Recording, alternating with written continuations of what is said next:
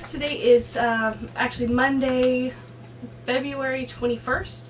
I couldn't remember the day, I almost said December. I am recording a day early like I did last week just so I could have it done and up by Tuesday.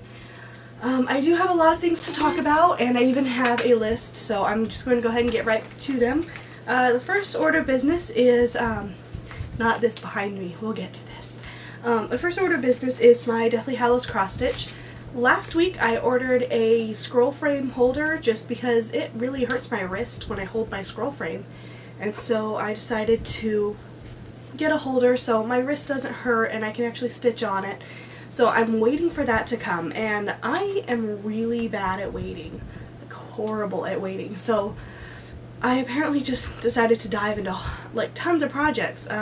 First thing I did was I worked on, last week I showed Sir Gareth's dragon, and so then I decided what I wanted to do with it was do a ring of, like, not a ring, do a border of different blocks.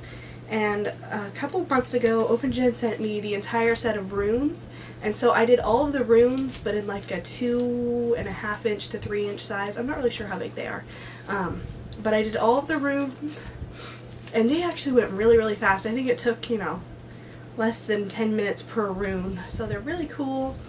And I'm going to go ahead and do a border around them, and then the dragon in the middle, and I've got a picture at the end that'll show what it's hopefully going to look like if I ever get to it. The next order of business is what is behind me. Okay, so I'm going to tell you a fantastical story about this very wonky quilt. It was about, I think in October of 2009, OpenGen announced the Batiks on Black challenge.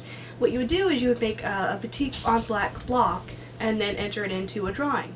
If you won the drawing, then you got all of the blocks that everybody else made. So I'm like, yes, this is great. I don't really care for batiks, but I do have some batiks, including the awesome batik turtle that OpenGen made me. And sorry, my nose is stupid. So I went crazy. I bought a lot of batiks and I made a lot of blocks, and I think I ended up making about 12 or so blocks that I entered into the challenge. And also I had my sister Lacey L. I gave her some fabric and I gave her some patterns, and I had her make a couple blocks and I sent them off to OpenGen for her. And so I was very excited. I was like, yay, you know, I have to win. I made so many blocks, I'm excited. I didn't win. Lacey won, and I was like, oh, seriously? So she's my sister, and I bullied her into giving me the blocks that she won. So she gave me the blocks, and I promptly sewed them into a quilt top, which I folded up and put in a cabinet, and it's been there for about a year now. I want to say this month or next month it's been in there for, or maybe last month. But it's been in there for a year and I haven't done anything with it. I was actually waiting until I had some more money so I could send it off to be quilted because, you know, while I love making quilt blocks, I don't quilt at all. I do small quilted things, but it's just not my thing. So I went ahead and pulled it out this weekend and decided, okay, I'm going to get some backing fabric and I'm going to quilt it. And I don't have the proper equipment for quilting. I don't even have like attachments for my sewing machine that make quilting work well. But I tried anyway, and I think I spent over 10 frustrating hours, much more than 10, many hours trying to quilt this quilt. And so this is the quilt. This is the most wonky quilt ever. I messed up in places. My sewing machine spazzed out in a lot of places near the end just because it couldn't take it anymore. But I love it. It's the most wonky quilt ever, but this is the quilt that Talk to Me Tuesday built. It's got a lot of blocks, like this one right here is from OpenGen. This is from Lady of Lost Times. Let's see, this is from, I was just looking at her name, but let's see, and then, you know, we have these ones, and I did this, and this is one I designed. And then when I got these, you know, I think there were, I want to say less than 25 of them, so I wanted to make a larger quilt. So there are 56 blocks total, and you'll see some of them have machine embroidered pieces, and this one is just like a batik piece with a machine embroidered dragonfly on it. And so I did all, you know, about 30 or so blocks, and I did this quilt. And I got some. Why did I touch it? Well, good. I wanted to talk about it anyway. So let's see. Okay, so I got this really awesome fabric for the back of it. And it's like a cool batik with all these little rainbow dots, and I think it just encapsulates the entire quilt perfectly. And so I quilted this, and then I bribed my sister Lacey into doing the I suck at words today. This thing the binding, that's what it is. So I bribed my sister Lacey into doing the binding for me. And so she did that last night, and I think I finished this sometime around 1:30 last night. So yeah, I stayed up until 1:30 a.m. and then woke up and went to woke up this morning. But I really love this quilt, and what my original plan was to either give it to charity or, you know, raffle it for charity, but I need to keep it.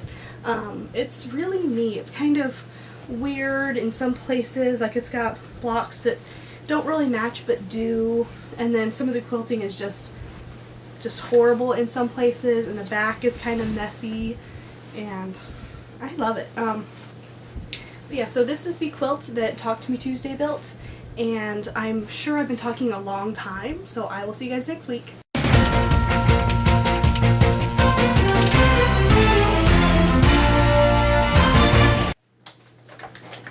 We interrupt this Talk to Me Tuesday broadcast with some important news. Apparently, I don't know how to follow a list. I follow some of the things on the list, I forget about the last thing on the list. I also meant to make a video about this last week, or not last week, but midweek last week, and I spaced it completely.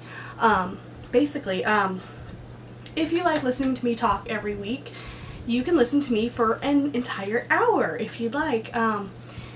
I was a guest on a podcast called Stitching and Junk. It is the podcast of MrXstitch.com, and it is hosted by Jamie Mr. X Stitch and Bridget B. Frank. So they invited me as a guest on their show, and they did sort of an interview with me, which it's not really an interview, it's more of us just talking and saying horrible, naughty things. So if you like sort of kind of naughty things, a little bit of raunchy humor, and talk about stitching and cross stitch, definitely check it out. There is a link down below, and really check it out because their podcast is hilarious.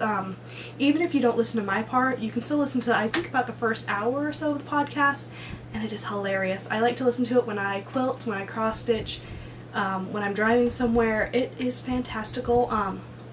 Just be careful that you don't laugh yourself to death because it can happen. But anyway, go check out Stitching and Junk. It's a really awesome podcast, and I'm going to be on, I was on last week, and then the next time they do an episode, there is a part 2 interview with me, and so I will go ahead and announce that when they have it up. And that is it, so I'll go ahead and return you back to your normal goodbye. Bye.